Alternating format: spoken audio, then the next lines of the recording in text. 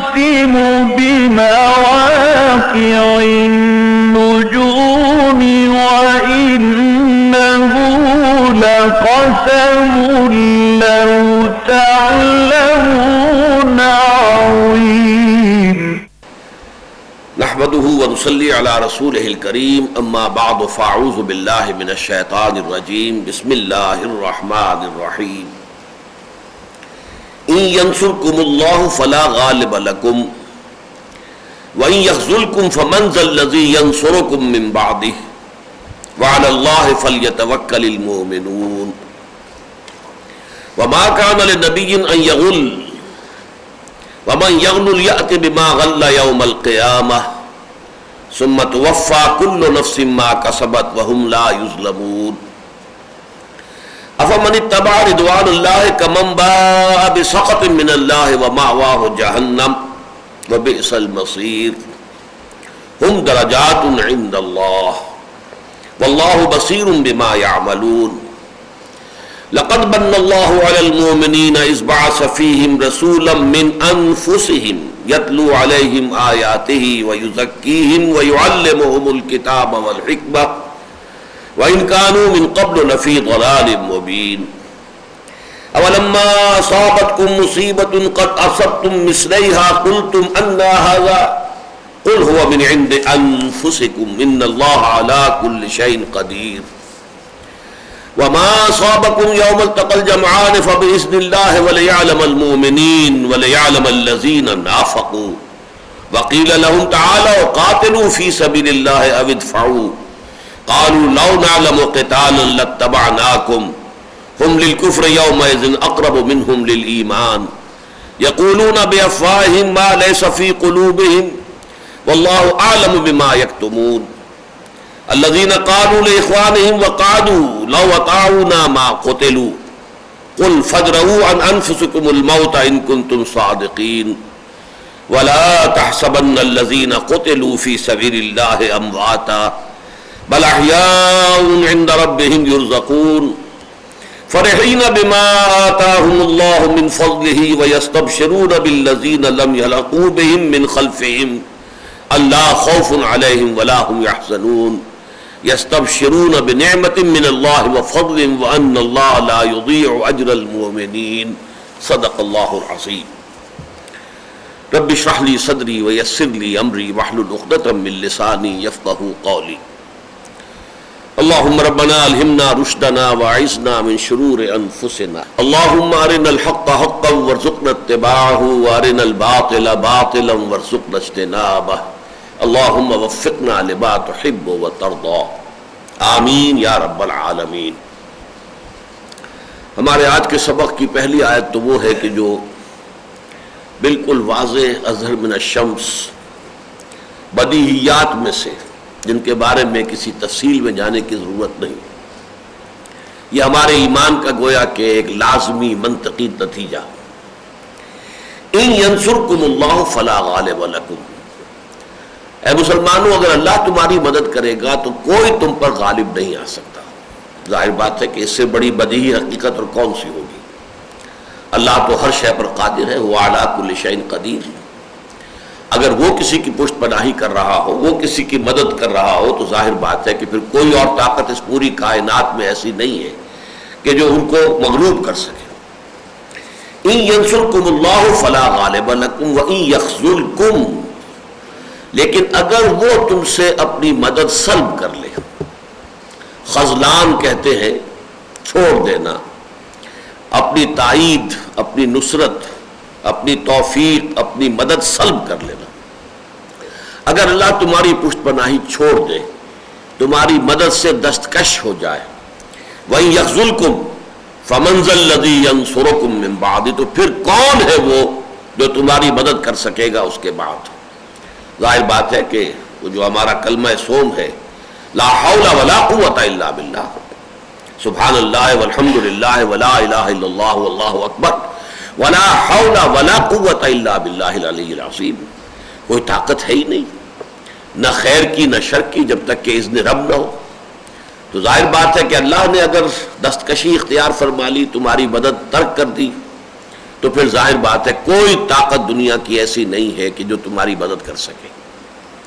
اس میں ایک حدیث بھی آتی ہے حضرت عبداللہ ابن عمر رضی اللہ تعالی عنہ کے، جہاں تک مجھے یاد ہے، اگر میرا حافظہ اس وقت ٹھوکر نہیں کھا رہا، تو حضور نے ان کے دونوں کاندھوں پر اپنے دستے مبارک رکھے اور پھر فرمایا، اے میرے بچے، میں تمہیں کچھ کلمات جو ہے تلقین کرتا ہوں، انہیں حفظ کر لو، انہیں حفظ جان بنا لو۔ ان میں یہ بات بھی تھی کہ اگر تمام دنیا کے لوگ مل کر تمہیں کوئی نفع اور فائدہ پہنچانا چاہیں، نہیں پہنچا سکتے اگر اللہ کا اذن نہ ہو، اور تمام دنیا کے انسان مل کر تمہیں کوئی نقصان پہنچانا چاہیں، نہیں پہنچا سکتے اگر اللہ کا اذن نہ ہو۔ یہ لا حول ولا قوت الا باللہ جو ہے، اس کی یہ شرح، اس کی یہ تشریح، اس کا یہ مفہوم ہمارے قلوب و اذہان میں پیوست ہو جانا چاہیے، ثبت ہو جانا چاہیے، جیسے کہ پتھر پر لکیر کہتے ہیں۔ اسی میں وہ دعا جو ہے اکثر جمعوں میں آپ سنتے ہیں، اللہم انصر من نصر دین محمد صلی اللہ علیہ وسلم واجعلنا منہم واخذل من خذل دین محمد صلی اللہ علیہ وسلم ولا تجعلنا معہم۔ یہ ہے وہ خذلان۔ اگر اللہ تعالیٰ تمہاری مدد کرے گا کوئی تم پر غالب نہیں آ سکتا، لیکن اگر اللہ تعالیٰ نے اپنی مدد، اپنی نصرت، اپنی تائید، اپنی توفیق تم سے سلب کر لی، اللہ اگر دستکش ہو گیا تمہاری مدد سے، تو پھر کون ہے؟ اب یہ بڑا انداز ہے جو استفہام انکاری جسے کہتے ہیں، پھر کون ہے؟ یعنی کوئی نہیں ہے، پھر کون ہے جو تمہاری مدد کر سکے؟ اس کے بعد وَعَلَى اللَّهِ فَلْيَتَوَكَّلِ الْمُؤْمِنُونَ، اور اس کا نتیجہ یہ نکلنا چاہیے، یہ فَلْيَتَوَكِّل، یہ گویا کہ اس چیز کا نتیجہ ہے کہ اللہ ہی پر توکل کرنا چاہیے اہل ایمان کو، ساز و سامان پر نہیں، نفری پر نہیں، تعداد پر نہیں، حالات پر نہیں، بلکہ توکل کل کا کل، کل کا کل، کل کا کل صرف ذات باری تعالیٰ۔ جیسا کہ میں نے عرض کیا، اس آیت کے بارے میں مزید کوئی تشریح کی ضرورت نہیں ہے، یہ تو ہمارے ایمان کا یوں سمجھیے کہ لب لباب ہے، اس کا خلاصہ ہے۔ البتہ اگلی آیت ہے خاصی تفصیل طلب، اس میں کچھ اختلافی آراء بھی ہیں، مضمون بھی مشکل ہے۔ وَمَا كَانَ لِنَبِيٍّ أَن يَغُلَّ، کسی نبی کے شایان شان یہ نہیں ہے کہ وہ کچھ چھپا لے یا چوری کر لے یا دل میں کوئی کینہ رکھے یا کوئی اپنے چاہنے والے اور اپنے ماننے والوں کے ساتھ کوئی بدعہدی کرے، یہ کسی نبی کے شایان شان نہیں ہے۔ میں نے جو مختلف الفاظ استعمال کیے ہیں یہ مختلف تعبیرات کے اعتبار سے کیے۔ مَا كَانَ لِنَبِيٍّ أَن يَغُلَّ وَمَن يَغْلُلْ يَأْتِ بِمَا غَلَّ يَوْمَ الْقِيَامَةِ، اور جو شخص بھی کوئی چیز چھپا لیتا ہے یا چوری کرتا ہے یا اپنے دل میں کینے کے طور پر رکھتا ہے، تو وہ اپنا وہ چھپائی ہوئی شے کو لے کر قیامت کے دن حاضر ہو جائے گا، یعنی وہ ریسپانسیبل ہوگا، جواب دہ ہوگا، اکاؤنٹیبل ہوگا، اس سے باز پرس ہوگی۔ ثم توفی کل نفس ما کسبت، پھر یہ کہ ہر ذی روح کو، ہر ذی حیات کو، ہر جان کو پورا دے دیا جائے گا جو کچھ کہ اس نے کمایا ہوگا۔ توفی، ثم توفی کل نفس ما کسبت، وفا یوفی توفیتن، پورا دے دینا، اوفا یوفی ایفان، یہ بھی پورا کر دینا، توفا یا توفی پورا لے لینا۔ یہ جو ہے اس لفظ کے جو مختلف معنی بن جاتے ہیں مختلف ابواب میں آنے کی وجہ سے، وہ ضرور سامنے رہنے چاہیے، ورنہ جو قادیانیوں کا ایک دام ہم رنگ زمیں ہے حضرت عیسیٰ علیہ السلام کے بارے میں، انسان اس کا شکار ہو جاتا ہے۔ وما كان لنبي ان يغل، اور کسی نبی کے شایان شان نہیں ہے کہ وہ کوئی شے چھپا لے یا چوری کر لے یا دل میں کسی کے خلاف کوئی کینہ رکھے۔ ومن يغل يأتي بما غل يوم القيامة، اور جو کوئی بھی ایسا کرے گا وہ پھر جو کچھ بھی اس نے چھپایا ہوگا، جو کینہ رکھا ہوگا، جو چوری کی ہوگی، اس کے سمیت حاضر ہو جائے گا قیامت کے دن۔ ثم توفى كل نفس ما كسبت، پھر ہر نفس کو، ہر جان کو پورا بھرپور دے دیا جائے گا جو کچھ کہ اس نے کمایا ہوگا۔ وَهُمْ لَا يُظْلَمُونَ، اور ان پر کوئی ظلم نہیں ہوگا، ان کی کوئی حق تلفی نہیں ہوگی۔ سب سے پہلے تو یہ کہ عام تراجم میں آپ دیکھیں گے کہ یہاں، اور کوئی حواشی بھی مختصر یا عام تفاسیر میں بھی، یہاں ایک واقعہ نقل کر دیا گیا ہے اور اس کے حوالے سے اس آیت کی تشریح ہوتی ہے۔ حالانکہ وہ واقعہ بھی جو بیان ہو رہا ہے وہ ترمذی شریف میں ہے. ایک واقعہ ہے کہ مال غنیمت میں سے کوئی ایک شے گم ہو گئی تھی، کوئی چادر تھی یا تلوار تھی. اب جب وہ کہیں نہیں ملی تو لوگوں میں سے کچھ نے کہا وہ حضور نے لے لی ہوگی. کہنے کا تو انداز یہ تھا کہ حضور نے رکھ لی، کوئی بات نہیں، اپنے لیے رکھ لی ہوگی، لیکن اس میں ایک طرح سے گویا کہ حضور کی نیت پر، حضور کے طرز عمل پر اور آپ کا جو بھی رویہ تھا اس پر ایک تنقیص تھی، ایک تعریض تھی، ایک اعتراض تھا، ایک طعن تھا. تو گویا کہ اس کی وضاحت کے لیے یہ آیت نازل ہوئی. اب میرے نزدیک یہ صرف اصل میں جو ہمارے مفسرین کا طریقہ یہ ہے کہ اگر کوئی واقعہ شان نزول کے سلسلے میں مل جائے تو بس اسی واقعے کو لے کر ٹانک دینا ہر جگہ پر، یہ ایک عام عادت ہے. حالانکہ یہ غزوہ احد کا تذکرہ ہو رہا ہے. غزوہ احد میں کسی مال غنیمت کا تذکرہ سرے سے آیا ہی نہیں. معاملہ جو ہے غزوہ بدر کا، وہ اگر کوئی واقعہ ایسا ہوا بھی تھا تو 1 سال قبل کا تھا، اس کا یہاں پر ذکر جو ہے وہ بے معنی ہے. وہ اگر ہوتا تو وہ سورہ انفال کے اندر اس کا تذکرہ ہوتا. اس اعتبار سے اگرچہ یہ واقعہ اکثر نے نقل کر دیا ہے، لیکن یہ میرے نزدیک بھی اور بہت سے حضرات کے نزدیک بھی یہ قابل قبول نہیں ہے. یہ تعبیر اس کی یہ تشریح درست نہیں ہے. جہاں تک حضرت شیخ الہند نے تعبیر کی ہے وہ بڑی میرے دل کو لگی ہے. ویسے مولانا امین احسن اصلاحی صاحب کی تعبیر بھی بہت ہی وقیع ہے. حضرت شیخ الہند نے تعبیر کی ہے وہ یہ ہے کہ چونکہ اس سے پہلے جو آیت ہے اس میں حضور کو حکم دیا گیا ہے کہ جن جن سے کوتاہیاں صادر ہوئی ہیں اس غزوہ احد میں، اے نبی آپ انہیں معاف کر دیا. فبما رحمت من اللہ لنت لهم ولو كنت فظا غلیظ القلب لانفضوا من حولك فاعف عنهم واستغفر لهم وشاورهم في الامر. آپ انہیں معاف کر دیجئے اور ان کے لیے اللہ تعالیٰ سے بھی استغفار کیجئے اور ان کو اپنے مشوروں میں شریک کیجئے. یہ نہیں کہ انہیں اب آپ نظر انداز کر دیں کہ اس سے تو یہ غلطی ہو گئی تھی یا اس سے تو فلاں کام ہو گیا تھا. یہ تو اس وقت جو ہے ان کے قدم ڈگمگا گئے تھے. بنو حارثہ اور بنو سلمہ 2 گھرانے ایسے تھے کہ جب عبداللہ ابن ابی 300 آدمیوں کو لے کر واپس ہو گیا تو اس وقت وقتی طور پر ان کے قدموں میں بھی لغزش پیدا ہوئی، وہ بھی کچھ گھبرا گئے تھے، لیکن پھر اللہ تعالیٰ نے ان کے دلوں کو ثبات عطا فرما دیا، وہ جم گئے. یہ تذکرے ہم پڑھ چکے ہیں.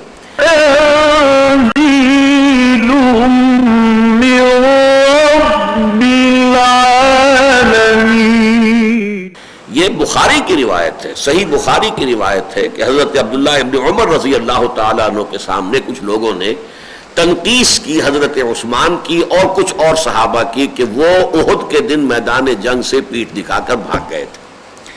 اس پر حضرت عبداللہ ابن عمر رضی اللہ تعالیٰ عنہما نے فرمایا کہ اللہ انہیں معاف کر چکا ہے، پر تمہیں کہاں سے حق پہنچتا ہے کہ تم ان کے اوپر زبان طعن دراز کرو. تو یہ واقعہ جو ہے وہاں حوالہ یہ ہے معارف القرآن مفتی محمد شفیع صاحب کی جو تفسیر ہے اس کی جلد 2 میں اس آیت کے تحت آپ کو وہ واقعہ مل جائے گا. تو شیخ الہند کی تعبیر یہ ہے کہ حضور سے یہ کہا گیا کہ آپ معاف کر دیجئے تو حضور نے معاف تو کر دیا. اب ان کو معاف تو کر دیا گیا، لیکن ہو سکتا ہے ان لوگوں کے دلوں میں یہ خیال ہو کہ حضور کے دل میں تو ضرور مجھ سے کچھ نہ کچھ کدورت یا کچھ میری طرف سے میل، چلیے کدورت کا لفظ میں بھی بہت سخت ہے کہ میری طرف سے کوئی میل رہ ہی جائے گا، اس چیز کا ازالہ کیا جا رہا ہے کہ نہیں، نبی کے شایان شان یہ نہیں ہے. جب اس نے معاف کیا تو صاف دل سے معاف کیا ہے. اب اس کے اندر کوئی ریزیڈول ایفیکٹ نہیں ہے، تمہاری طرف سے کوئی میل اس کے دل میں اب نہیں ہے، اس کا کوئی اندیشہ نہ کرو. نبی کے شایان شان یہ نہیں ہے کہ وہ کہے کچھ اور اس کی بات کی حقیقت کچھ اور ہو. تو یہ معنی اس کے جو ہے یہ مجھے بہت عمدہ لگے ہیں حضرت شیخ الہند کے. ویسے یہ بات جو کہی ہے مولانا امین احسن اصلاحی صاحب نے بھی وہ بھی بڑی وقیع ہے. انہوں نے یہ کہا ہے کہ اصل میں کچھ لوگوں نے اس طرح کی باتیں کی تھی، کی ہوں گی، کی تھی کے لیے تو کوئی ثبوت ہمارے پاس نہیں ہے، کی ہوں گی کہ دیکھیں یہ جو محمد صلی اللہ علیہ وسلم مکے سے آئے، ہم نے انہیں پناہ دی، اب یہ اپنی حوصلہ مندیوں میں ہمیں گویا کہ بطور چارہ استعمال کر رہے ہیں. ہماری جانیں ہماری ہیں، جا رہی ہیں، لیکن یہ کہ در حقیقت یہ اپنی حکومت قائم کرنے کے لیے یا اپنا ایک اقتدار برپا کرنے کے لیے، اپنے لیے ایک فتح مندی حاصل کرنے کے لیے جو اپنی حوصلہ مندی ہے، جس کے لیے انگریزی کا بہترین لفظ ہے ایمبیشن، اپنی پرسنل ایمبیشنز کے تحت یہ ہماری جو جانیں ہیں تو ان کو جو ہے وہ بھیٹ چڑھا رہے ہیں، اس طرح کی بات. تو گویا کہ یہ بھی ایک طرح کی لوگوں کے ساتھ بدخواہی کا معاملہ، یہ بات جو ہے اس کا جواب دیا جا رہا کہ نہیں، قطعا نہیں، اس چیز کو ذہن سے نکال دو، کسی نبی کے شایان نشان یہ نہیں ہے۔ لفظ غل قرآن مجید میں سورہ حشر میں آیا ہے، وَلَا تَجْعَلْ فِي قُلُوبِنَا غِلًّا لِلَّذِينَ آمَنُوا، اے اللہ ہمارے دلوں میں اہل ایمان میں سے کسی کے لیے کوئی کینہ، کوئی لپٹ، کوئی تکدر یہ نہ پیدا ہونے دے۔ اہل ایمان کے لیے ہمارے دل صاف رہے، ہمارے دل جو ہے آئینے کی طرح صاف رہے، ان کی طرف سے کسی کے لیے بھی کوئی کینہ نہ آئے۔ تو اس اعتبار سے یہ ایک مفہوم بھی ہے اس آیت کا، اور یہ بات بھی دل کو لگتی ہے، جو حالات ہوتے ہیں دنیا میں جس طور سے ہوتے ہیں اور جس طرح کی پھر باتیں بنتی ہیں، منافقین نے جس طریقے کے تبصرے کیے ہوں گے کہ یہ تو در حقیقت at the cost of our lives، وہ جو اپنے ایک مشن کو پورا کرنا چاہ رہے ہیں یا اپنی کوئی ایمبیشنز پورا کرنا چاہ رہے ہیں، اس میں در حقیقت وہ ہماری جانیں جو ہے وہ ان کو بطور چارہ استعمال کر رہے ہیں، معاذ اللہ ثم معاذ اللہ ثم معاذ اللہ۔ تو یہ دو مفہوم مجھے زیادہ لگتے ہیں میرے دل کو۔ البتہ جہاں تک چوری کا معاملہ ہے، یہ اتنی گھٹیا بات جو ہے کوئی شخص کہہ ہی نہیں سکتا تھا حضور کے لیے کہ کوئی چوری آپ نے کر لی ہے، کوئی مال غنیمت میں سے کوئی چیز چھپا لی ہے، کہ کوئی مناسبت بنتی نہیں ہے اس کی۔ ہاں غزوہ بدر میں ہو سکتا ہے کسی شخص کی زبان سے نکل گیا، اور اس میں نکلنے میں نیت بھی ہو سکتی ہے کہ کوئی بات نہیں، ابھی تو قانون بھی تو نہیں آیا تھا نا کہ مال غنیمت کا قانون کیا ہے، تقسیم کیسے ہوگی، تو یہ قانون بعد میں نازل ہوا۔ تو اس اعتبار سے اس وقت اگر یہ بات ہوتی تو یقیناً اس کے اندر جو ہے وہ اتنا فصل نہیں تھا، لیکن یہ کہ اس موقع پر اس طرح کی کسی بات کا آنا، اس کا کوئی سوال پیدا نہیں ہوتا۔ البتہ یہ دو توجیحات ہیں، ان میں سے بلکہ میری جو توجیح، مجھے جو توجیح زیادہ دل کو لگتی ہے وہ حضرت شیخ الہند کی ہے رحمۃ اللہ علیہ۔ وَمَا كَانَ لِنَبِيٍّ أَن يَغُلَّ وَمَن يَغْلُلْ يَأْتِ بِمَا غَلَّ يَوْمَ الْقِيَامَةِ، اور وہ اس غل کا لفظ جو سورہ حشر میں آیا ہے، القرآن یفسر بعضہ بعضا کے اعتبار سے، تو یہ اس کے ساتھ زیادہ مناسبت رکھنے والا مفہوم ہے کہ دل میں کدورت رکھے، یہ نبی کے لیے جو ہے جائز نہیں، شایان شان نہیں ہے۔ عام آدمی کا ہو جاتا ہے، کسی شخص سے آپ کو صدمہ پہنچا ہو، آپ نے کہا اچھا بھائی میں معاف کرتا ہوں، لیکن یہ کہ دل پوری طرح صاف نہ ہو، یہ عام آدمیوں کے ساتھ تو ہو جاتا ہے۔ لیکن ما کان لنبی نہ یغل، نبی کے شایان نشان یہ نہیں ہے، نبی کی شخصیت جو ہے بہت بلند و بالا ہوتی ہے، لہذا اس کے بارے میں ایسے کسی گمان کو اپنے ذہن کے قریب بھی مت پھٹکنے دو۔ افمن اتبع رضوان اللہ کمن باء بسخط من اللہ ومأواہ جہنم، تو کیا بھلا وہ شخص جس نے اللہ تعالیٰ کی رضا کو اپنا مقصود بنا لیا ہے، پیروی کر رہا ہے، اس کو حاصل کرنے کے لیے جدوجہد کر رہا ہے، وہ شخص اس شخص کے مانند ہو جائے گا کہ جو لے کر لوٹا ہے اللہ کے غضب کو، جس نے کمایا ہے اللہ کا غصہ، ومأواہ جہنم، اور اس کا ٹھکانہ جہنم ہوگا، وبئس المصیر، اور وہ بہت ہی برا ٹھکانہ ہے۔ یعنی یہ دو کردار اب نکھر کر آ گئے ہیں اس جنگ کے نتیجے میں۔ جو آزمائش تھی، وہ تمہیز کا لفظ جو میں بار بار واضح کر چکا ہوں، اللہ نے چھانٹی کر دی، پہلے چھانٹی کر دی کہ یہ منافق اور یہ مسلمان، اور اس کے بعد مسلمانوں میں سے بھی وہ کہ جن کے ایمان کامل تھے، اور وہ لوگ کہ جن کے ایمانوں میں ابھی کچھ تھوڑی بہت جو ہیں، کوئی نہ کوئی اس میں کوئی دنیا کی زندگی یا مال، اس کی کوئی طلب یا دنیاوی فتح حاصل کرنے کا یہ کوئی اگر اس کے اندر شائبہ موجود ہے، تو یہ چھانٹی جو ہے وہ ہو گئی ہے، اب بالکل واضح ہو چکا ہے، دودھ کا دودھ پانی کا پانی۔ ہم درجات عند اللہ، یہ لوگ ہیں کہ جن کے علیحدہ علیحدہ مقامات ہیں اللہ تعالیٰ کے نزدیک۔ واللہ بصیر بما یعملون، اور جو کچھ یہ کر رہے ہیں اللہ اسے خوب دیکھ رہا ہے، اس کے علم میں ہے، ہر شے ایک ایک ماشا رتی تولا اللہ تعالیٰ کے ہاں اس کا حساب کتاب ہو جائے گا۔ اب جو آیت آئی ہے یہ وہ آیت ہے کہ جو مضمون کے اعتبار سے 2 مرتبہ سورہ بقرہ میں آ چکی ہے۔ اس اعتبار سے ذرا مناسبت بھی ہے کہ سورہ بقرہ دوہری ہے تعداد آیات کے اعتبار سے اس سورہ آل عمران سے، یہ آپس میں بہنیں بھی ہیں، اسے ہم جوڑا بھی کہتے ہیں، نسبت زوجیت بھی ہے ان دونوں میں، پھر یہ کہ بہنیں بھی ہم کہہ سکتے ہیں، حدیث میں اخوات کا لفظ آیا ہے، شیبتنی ہود و اخواتھا، مجھے سورہ ہود اور اس کی بہنوں نے برا کر دیا ہے۔ تو اس میں یہ کہ وہ چونکہ 40 رکوعوں پر مشتمل ہے، یہ 20 رکوعوں پر مشتمل ہے، تو گویا کہ وہاں یہ مضمون 2 دفعہ آیا، یہاں 1 دفعہ آیا، لیکن یہاں کے الفاظ جو ہیں وہ بہت جامع ہیں اور بہت گمبھیر الفاظ ہیں، بہت پرشان اور پرشوکت الفاظ ہیں۔ لقد من اللہ علی المؤمنین، اللہ نے تو بہت بڑا احسان کیا ہے اہل ایمان پر، اس بعث فیہم رسولا من انفسہم، جبکہ اٹھایا ہے ایک رسول انہی میں سے، ان کی اپنی جانوں میں سے۔ یعنی یہ رسول کون ہے؟ بشر ہے، وہ بھی بشر ہے، یہ بھی بشر ہے۔ یہ رسول کون ہے؟ قرشی ہے، ہاشمی ہے، یہ بنو اسماعیل میں سے، جس میں سے یہ لوگ بھی ہیں. اس اعتبار عرب ہے، جو کہ یہ عرب ہے، گویا کہ ہر طرح سے انہی میں سے کوئی اجنبی نہیں ہے، کوئی باہر سے آیا ہوا نہیں ہے، جس کے سابقہ زندگی کا کوئی ہمیں علم نہ ہو، جس کے سابقہ کردار سے ہم واقف نہ ہو. تم ہی میں سے، تمہارے ہی ماں بہن پیدا ہوا، پلا بڑھا، اس کا بچپن، لڑکپن، اور اس کی پھر نوجوانی، جوانی، اور اس کے بعد تمہاری ساری زندگی 40 برس تمہاری نگاہوں کے سامنے گزری ہے. جب یہ آیات نازل ہو رہی ہیں اس وقت تو یوں سمجھیے کہ 54-55 برس ہو گئے، تب جب حضور صلی اللہ علیہ وسلم کی حیات طیبہ کو تمہارے نگاہوں کے سامنے ہے.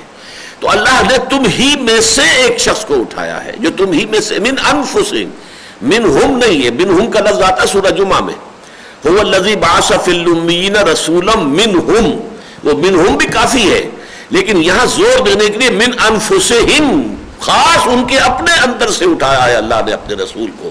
لقد من اللہ علی المؤمنین اذ بعث فیہم رسولا من انفسہم. وہ کیا کرتا ہے؟ یہ 4 الفاظ جو ہیں، جیسا کہ میں نے کئی مرتبہ بیان کیا، نہایت اہم ہے، اس لیے کہ حضور کا مشن تھا اللہ کے دین کا غلبہ. اللہ کے دین کے غلبے کے لیے ایک جد و جہد انقلابی درکار ہے، جس میں تصادم کا مرحلہ بھی آئے گا، جس میں جانیں دینی پڑیں گی، جس میں یقیناً مقابلہ ہوگا. اس کے لیے سرفروش چاہیے، اس کے لیے وہ لوگ چاہیے جو سروں سے کفن باندھ لیں. اس کے لیے وہ کہاں سے آئیں گے لوگ، کیسے تیار کیا جائے انہیں؟ تو اس حوالے سے انہوں نے خود اس میں سے ایک جماعت پیدا کی. اس مشقت کے باوجود بمشکل 100-150 آدمی جو ہے 10 برس کی محنت. تو اس اعتبار سے لیکن وہ محنت کس طور سے ہوئی ہے؟ وہ ہے یہ 4 الفاظ جو بہت اہم ہیں، اور یہ 4 دفعہ قرآن میں آئے. 2 دفعہ سورہ بقرہ میں، حضرت ابراہیم حضرت اسماعیل کی دعا، ربنا وبعث فیہم رسولا منہم یتلو علیہم آیاتک ویعلمہم الکتاب والحکمۃ ویزکیہم. پھر اس دعا کی قبولیت کا اعلان ہو گیا. یہ تو 15واں رکوع تھا، پھر یہ 18ویں رکوع کے اندر آ گئی بات، کما ارسلنا فیکم رسولا منکم یتلو علیکم آیاتنا ویزکیکم ویعلمکم الکتاب والحکمہ. اور پھر تیسری مرتبہ یہاں آ رہا ہے، لقد من اللہ علی المؤمنین اذ بعث فیہم رسولا من انفسہم یتلو علیہم آیاتہ ویزکیہم ویعلمہم الکتاب والحکمہ وَإِن كَانُوا مِن قَبْلُ لَفِي ضَلَالٍ مُبِينٍ. یقیناً اس سے پہلے تو وہ کھلی گمراہی میں تھے. یہ قریش، یہ مکے کے لوگ، یہ عرب کے لوگ کھلی گمراہی کے اندر مبتلا تھے. لہذا ان کو اس گمراہیوں میں سے نکالنا کوئی آسان کام تھا، جان جوکھوں کا کام تھا. یہ لانا ہے جوئے شیر کا، اس میں سے یہ اللہ کے رسول نے محنت کی ہے. پھر 4تھی مرتبہ یہ سورہ جمعہ میں آیت آئی ہے، هو الذی بعث فی الامیین رسولا منہم یتلو علیہم آیاتہ. بین ہی یہی الفاظ آئے ہیں، پھر یتلو علیہم آیاتہ ویزکیہم ویعلمہم الکتاب والحکمہ وان کانوا من قبل لفی ضلال مبین. تقریباً پوری آیت جو ہے جو کی تو ریپیٹ ہوئی. اس میں صرف اس وقت میں اس میں تو چونکہ میرا مکمل مضمون جو ہے موجود ہے، نبی اکرم صلی اللہ علیہ وسلم کا مقصد بعثت اور آپ کا بنیادی طریقہ کار کو میں نے 2 حصوں میں تقسیم کیا ہے. ایک ہے انقلابی جد و جہد، ایک ہے اس انقلابی جد و جہد کے لیے افراد کار، مین پاور فراہم کرنا. وہ 313 جو تھے میدان بدر میں، وہ کہاں سے آئے تھے، کس طور سے آئے تھے، کس محنت کے نتیجے میں آئے تھے، کیسے ان کی تربیت ہوئی تھی. یہ ہے اصل شے. جیسے کہ اکبر الہٰبادی نے کہا ہے کہ خدا کے کام دیکھو بعد کیا ہے اور کیا پہلے. نظر آتا ہے مجھ کو بدر سے غار حرا پہلے. وہ غار حرا جو ہے وہ بدر سے 15 سال پہلے جو اللہ کے نبی صلی اللہ علیہ وسلم جو ہے جا کر غار حرا میں بیٹھتے تھے، تفکر و اعتبار کرتے تھے، اس کو بھی اپنے ذہن میں رکھو.